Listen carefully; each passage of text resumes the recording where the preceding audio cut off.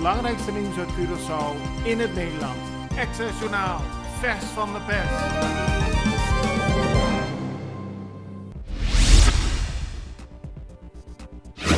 Er komt een tijdelijke verlaging van de brandstofprijzen met 24 cent.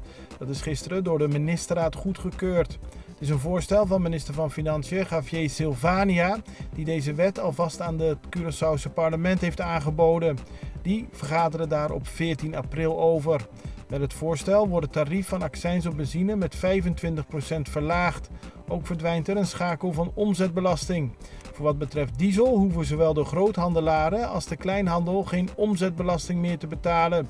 Hierdoor loopt de schatkist 27 miljoen gulden mis. In 2018 werden honderden kilo's cocaïne gestolen uit het politiebureau in Rio Canario. Gisteren vond er een proforma zitting van deze zaak plaats onder de naam INEX 2.0. Op 8 juni vindt de regiezitting plaats. Er zijn 5 mensen die vastzitten voor deze zaak. Eén daarvan is een 32-jarige oud-politieagent met de achternaam Mariano. De parlementen van Curaçao, Sint Maarten en Aruba hebben aan het Nederlandse parlement gevraagd om langere tijd voordat ze een reactie kunnen geven op het COHO, het Caribisch Orgaan voor Hervorming en Ontwikkeling. De parlementen in het Caribisch deel van het Koninkrijk hadden tot 17 juni gevraagd. Nu heeft het Nederlandse parlement laten weten dat ze voor 13 mei moeten reageren op het voorstel voor de installatie van het COHO. Na Colectra, nós toma tempo para servir ora com mais da comunibo. Llama no centro de cliente na telefone 0800-035 de Jaluna para Viernes voor die setor de mente te com setor de noite para turno serviço nan of patrão cita. Se você traz cita para sabra, também por hora. Por escolher para trabalhar, riba aqualectra.com e aproveitar meia hora, põe o documento na cerca para visita cerca nós vai mais fácil.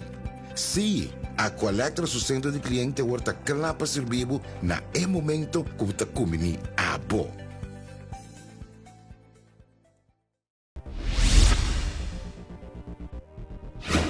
Curaçao heeft het gemeenschappelijk hof van justitie gisteren de tot levenslang veroordeelde Aston Lake na 38 jaar gevangenisstraf voorwaardelijk weer vrijgelaten.